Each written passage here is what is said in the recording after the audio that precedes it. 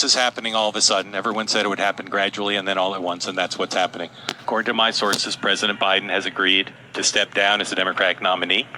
Oh, man. It will happen as early as this weekend. A speech has been drafted for him. He will continue on as president, is his intention. He also will not, I'm told, endorse Vice President Harris as his successor.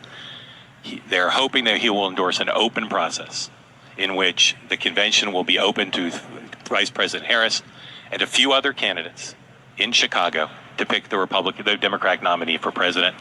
The belief is that Vice President Harris is already looking at potential running mates to go to Chicago with a full ticket, including one possibility, Andy Beshear, the governor of Kentucky, and perhaps the governor of Pennsylvania, Governor Shapiro.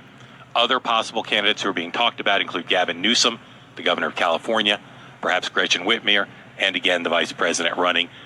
On the first ballot, the regular delegates would be allowed to vote under this agreement that's being talked about amongst the president and high-level Democratic officials. The regular delegates would vote on the first ballot. If there is no winner on the first ballot, the so-called superdelegates would be allowed to vote on the subsequent ballot. This decision was reached, I'm told, all of a sudden because of the high-level pressure from Nancy Pelosi, Barack Obama, and others, and as well as the decision of many of President Biden's top aides that there was no path forward for him, that he would not be able to win this election, win the general election. And therefore, he's stepping aside again as early as this weekend. So, Mark, what are the political ramifications for a party that based much of their platform on diversity, equity, and inclusion, and they're passing right over Kamala Harris, and he's not going to be endorsing her, according to your sources? Now, according to my sources, he will say very nice things about her. They do not want what some of my sources have been calling a Kamala coronation, that the problem, in part, that they found themselves in was that President Biden was not seriously challenged for the nomination.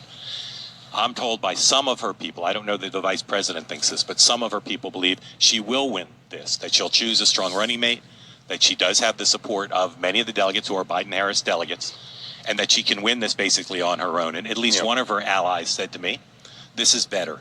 Better to not be anointed by Joe Biden, better to show independence, better to show with a strong ticket the capacity to win the nomination on her own. Well, Mark, that said, though, you're very familiar with campaign finance laws. He has, 200 and 300 million in his war chest right now. I believe, in my understanding, is Kamala would be the only one who could absorb that and continue on the campaign. How's that?